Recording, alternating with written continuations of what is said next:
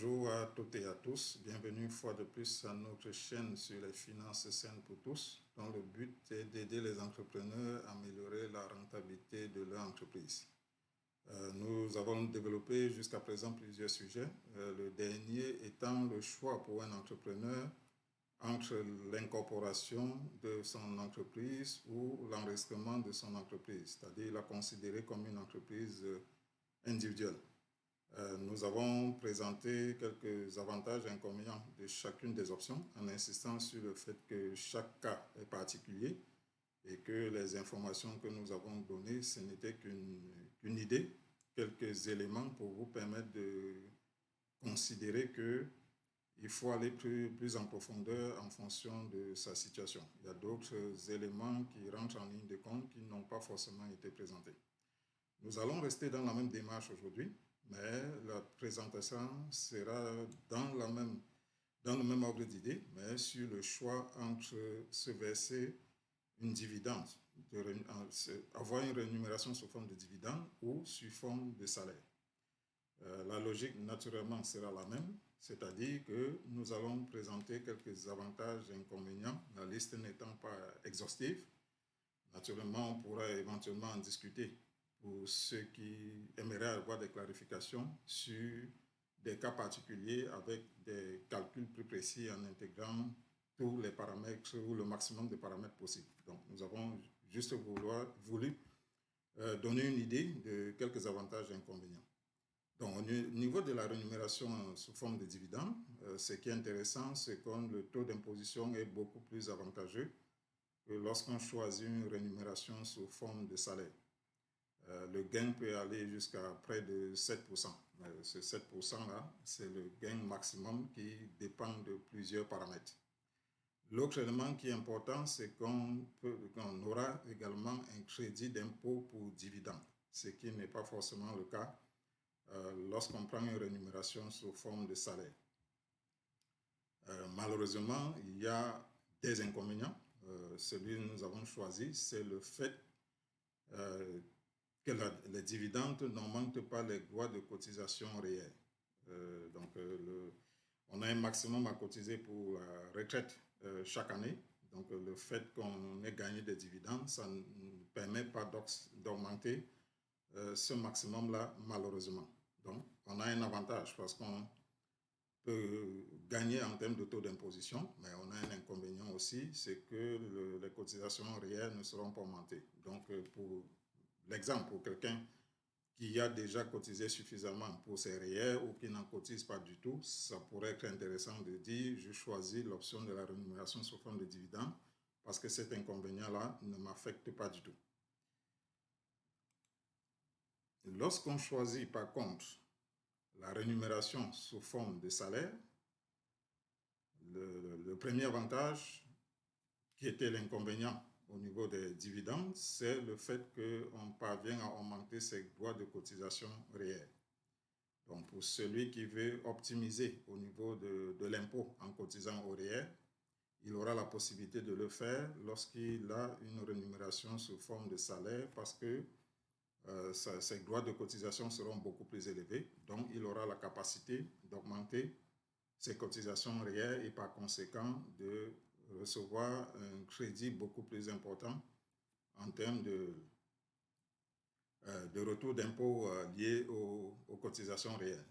Étant donné que les cotisations réelles ne sont pas imposées tout de suite, donc il aura un retour d'impôt beaucoup plus conséquent. Le deuxième élément, c'est que la rémunération en salaire permet d'augmenter le revenu gagné. On va se dire, est-ce que c'est forcément un avantage? Oui, ça peut être, ce sera un avantage dans la mesure où il y a certains éléments. Lorsque vous avez, par exemple, besoin d'un crédit, on va prendre le cas extrême d'un crédit immobilier, on va calculer votre taux d'endettement. Et lorsqu'on calcule votre taux d'endettement, on se base sur vos actifs et vos passifs. Et lorsqu'on parle de vos actifs, on va regarder, entre autres, votre salaire. Parce que c'est ça qui va permettre de calculer votre taux d'endettement. Et lorsque vous avez des dividendes, ils ne seront pas intégrés de la même façon parce que lorsqu'on obtient une dividende, on n'a pas de garantie que cette dividende-là on l'aura l'année suivante. Donc, l'intégration de la dividende dans le calcul du taux d'endettement n'est pas forcément le même que l'intégration du salaire, parce que le salaire, on considère que c'est un revenu fixe et connu d'avance qui peut s'échelonner sur plusieurs années. Donc, il est intégré en totalité dans le calcul du taux d'endettement, ce qui n'est pas forcément le cas lorsqu'on parle de dividendes. Ça peut contribuer à augmenter ses actifs, mais en termes de volume, en termes de projection, c'est un élément qui peut ne pas être intégré. Donc, c'est toujours un avantage. Également, au niveau du calcul de remboursement des frais de garde au niveau fédéral, c'est aussi un avantage d'avoir un revenu conséquent parce que ce revenu-là, en fait, ce salaire supplémentaire que vous venez ajouter à un salaire éventuellement existant, ça vous permet d'aller récupérer un montant supplémentaire en termes de crédit pour frais de garde au fédéral. Donc, l'idée qu'il faut comprendre, c'est que lorsque vous avez une rémunération en forme de salaire, ça peut augmenter votre capacité à pouvoir obtenir un financement externe ou obtenir certains crédits d'impôt ou certains avantages fiscaux au niveau fédéral.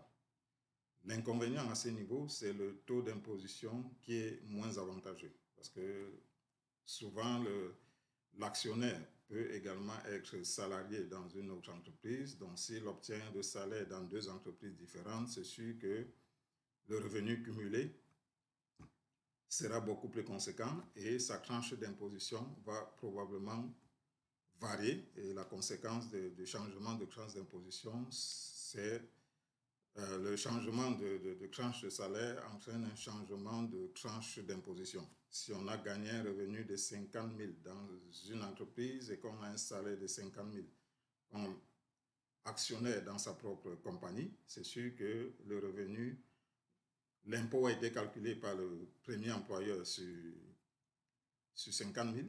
Le deuxième employeur, qui est votre entreprise, a calculé également l'impôt sur 50 000, mais lorsqu'on cumule les deux, vous êtes à 100 000 et le taux d'imposition n'est pas pareil. Donc, il y a une probabilité de perte de près de 7%, ce qui correspond à ce qu'on a indiqué tout à l'heure lorsqu'on parlait des dividendes.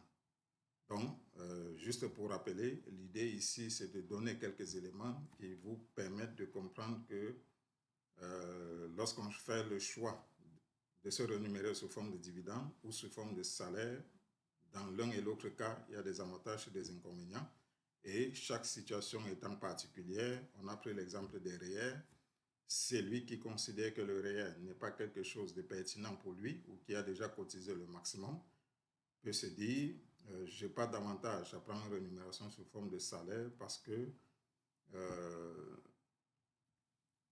l'augmentation de mes droits de cotisation réels, je n'en ai pas forcément besoin. Donc, c'est un exemple pour dire que ce choix est basé sur chaque individu et la particularité et la situation particulière de chaque individu.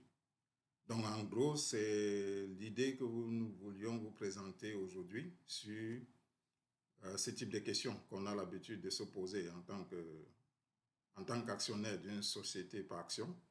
Est-ce que je me rémunère sous forme de salaire ou je me rémunère sous forme de dividende? C'est peut-être assez complexe, mais comme je dis, chaque situation étant particulière, il faut l'analyser en profondeur.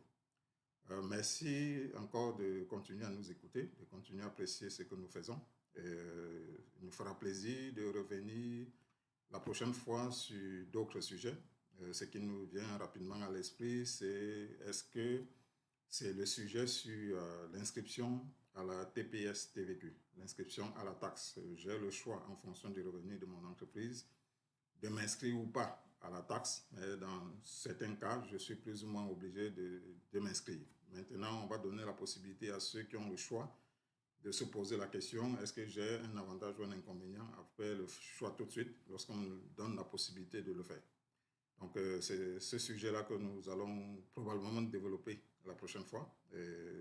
Au plaisir d'être avec vous la prochaine fois et de pouvoir partager cette information avec vous. Merci encore et à la prochaine. Bonne fin de journée.